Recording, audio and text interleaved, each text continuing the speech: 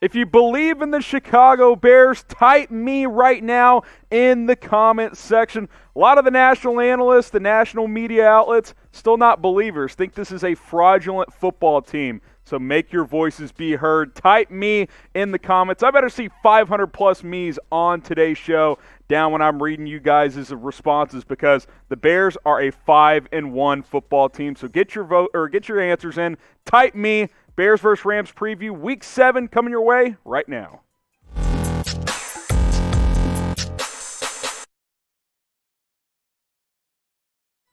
All right, let's go ahead and break this one down. I'm your host, Harrison Graham, as always. Once again, Bears underdogs as they head on the road to face the LA Rams on Monday Night Football. This should be a fun football game between two contending NFC teams. Bears are 5-1. Rams are 4-2, as the Bears will have another tough road test for the second week in a row. Past the one against Carolina. We will see if they can pass this test against the Los Angeles Rams. So let's look at what the Rams have done so far this season. Their first 6 games. Took care of the Cowboys in Week 1, 20-17. That might have been the best game Dallas has played all year. Philadelphia, 37-19. Blowout win there. Then a shootout with the Rams. They came on the losing side of that one, 35-32. And then these last 3 weeks, they beat the Giants in kind of an ugly game, 17-9. Blew out Washington before losing an NFC West battle to the 49ers, 24-16 this past week on the road. Now, on the Bears side of things, we know what the drill has been. First 3 weeks, it was Trubisky.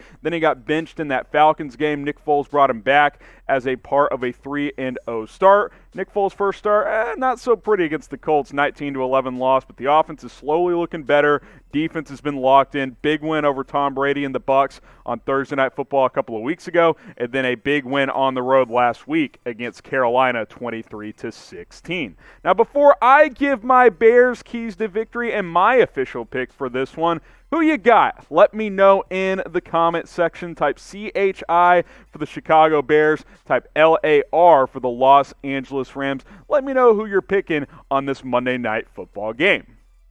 Now, type sub if you've already subscribed to the channel. We've got a bunch of new subs recently. Did a watch party. A lot of new folks have joined us here on Chicago Bears Now. I appreciate that. So type sub if you're one of those people. If you haven't subscribed, sub now. We have a lot of coverage for you guys here on Chicago Bears Now, including game previews, Bears news, rumors, trade deadline coming up. We'll have some plans for that as well. So type sub if you've already subscribed, and if you haven't, hit that big red button during this YouTube ad break.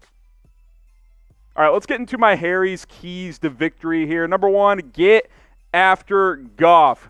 Jared Goff, when he is in a clean pocket, one of the best quarterbacks in the NFL. When he's under pressure, these stats per Pro Football Focus, he's like historically bad. Completion percentage under pressure drops from 72 to 38. 38%, that's like 41st in the NFL. There's only 32 starting quarterbacks. That's bad. His QB rating drops from 118 to 43. The point I'm making here, when Goff has time and he's able to identify coverages, which takes him longer than most quarterbacks, he's good. When he's under pressure, he's bad. He forces bad throws, and he makes poor decisions. Get pressure on Jared Goff, and Khalil Mack and company will be tasked in doing that on this Monday Night Football game. Mack having a great year with 4.5 sacks. Akeem Hicks bouncing back from an injury-riddled 2019 as well. Can Robert Quinn get into the mix, please? The $70 million man, 1 sack through 6 games.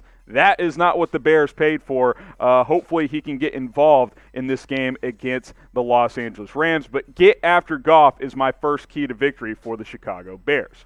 Now, before we get to my second key, I want to remind you guys to get going with Bet Rivers. If you're in the state of Illinois, you can officially bet with Bet Rivers, but you can deposit and get signed up from anywhere. Maybe you're going to be in Illinois later this year. Maybe you have family there and you're going to visit. Whatever it is, go to chatsports.com/betil. You can bet on all sports, including the Chicago Bears, and they're going to give you a 100% deposit bonus when you sign up. So go ahead and take advantage at chatsports.com/betil. I love the Bears being 5.5-point dogs. 4 of their 6 games have been within 4 points or less, so that is a major spread for me, and I like these odds for the Chicago Bears. So if you want to make some money, get going with Bet Rivers at chatsports.com/BetIL. And then remember, 100% deposit bonus all the way up to $250. I like the under this week, and I like the Bears getting 5.5 points on the road. Second key here, quick passing attack, which has kind of already been the Bears' passing offense recently. Quick throws from Nick Foles, RPO style a lot of the time. But Jimmy Garoppolo had major success against the Rams in Week 6 in a very quick passing style. 23 of 33, 268, 3 touchdowns. Kyle Shanahan had a game plan of getting the ball out of Jimmy G's hands quickly, and it worked beautifully against this Rams defense. I think Foles can have similar success getting the ball out to his playmakers, Allen Robinson. We'll see if Anthony Miller can get involved. Darnell Mooney's having a nice start to the season. Can set up the screen game as well with David Montgomery. So hopefully Nick Foles can play with more rhythm. I think he's slowly getting better and better in this offense. I expect him to continue to improve with this system as we move forward. Good opportunity to get the ball out of his hands quickly because, let's be honest, this O-line has not been great.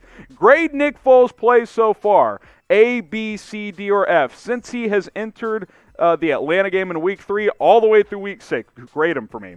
C+, I mean, he's been okay. He's been pretty average. He's been good enough to win. I think his play needs to improve, though, if the Bears are going to make a legitimate run in the postseason. Third key kind of builds off the second key. Double Donald. Recognize that you don't have a good offensive line, or at least you don't have a great offensive line. Don't get cute and give Aaron Donald one-on-one opportunities. You will fail. This guy has 7.5 sacks on the season, 6 tackles for loss, 2 forced fumbles. This guy is a game breaker at every single way you look at it. And this Bears offensive line, there's no one that can guard him one-on-one. There's no one that can block him one-on-one pretty much in the NFL, but definitely no one on this offensive line. Rashad Coward on Aaron Donald. Anyone? No. That's a disaster. Don't do it. Ship with your running back if you have to. Double Donald every single snap. Otherwise, you're going to get Nick Foles killed in this game. Don't get cute. Make sure Aaron Donald has to work for every pass rush he gets. Do you trust this offensive line? Be honest with me. Type Y for yes, type N for no. If you're being honest and you're being objective, you're going to type your N for no, because this O-line, especially the last 3 weeks, just hasn't been that good. I thought they played better in the second half against Carolina, but still maybe average at best. Got to improve moving forward. Last key here, win the rushing battle. A lot of folks think, oh, Todd Gurley's no longer in L.A. This is the Jared Goff show. No, they still like running the football, and the Bears still want to run the football as well. David Montgomery got going in the second half against Carolina, broke some runs. He's third in the NFL in forced missed tackles because he has to, because this offensive line rarely creates seams for him. He's trying to make it work, under 4 yards per carry now, because the last 3 weeks he has not been able to get going as the Bears have played better defenses. But you look at the Rams too, been kind of a three-headed attack. Darrell Henderson's been more of the lead back recently because Akers missed some time. Brown's never really been a lead back. He's always been kind of a number 2, but you could see all 3 of these guys in this matchup. Henderson's run the ball well as of late, so we will see who gets the bulk of the carries. But the Rams, Sean McVay, they still want to run the football and set up play action for Jared Goff. They don't want him throwing it 40, 45 times a game. They want to be balanced. So win the rushing attack, and I think the Bears will be in good shape. So those are some of my keys to victory. Predict the score for this one. I told you guys I'd give my official pick at the end of the show, so here it comes. I'm going to go Bears 24, Rams 20. I think they win another close game. The Bears have proven this year that they are comfortable playing in close games, as all 6 games have been one-score games, and they've won 5 of them. This Rams offense looked pretty middling against the 49ers last week. I actually think the Bears defense might be better than the 49ers right now. In fact, I know it is. So I'll take the Bears 24-20 on the road. They get another signature win, and maybe folks will start to believe in this football team. So just to recap real quick, my 4 keys: get after Goff. Don't let him be comfortable, because when he has time, he is one of the best quarterbacks in the NFL. When he doesn't, he is literally one of the worst. Quick passing attack. Get the ball out of Foles' hands.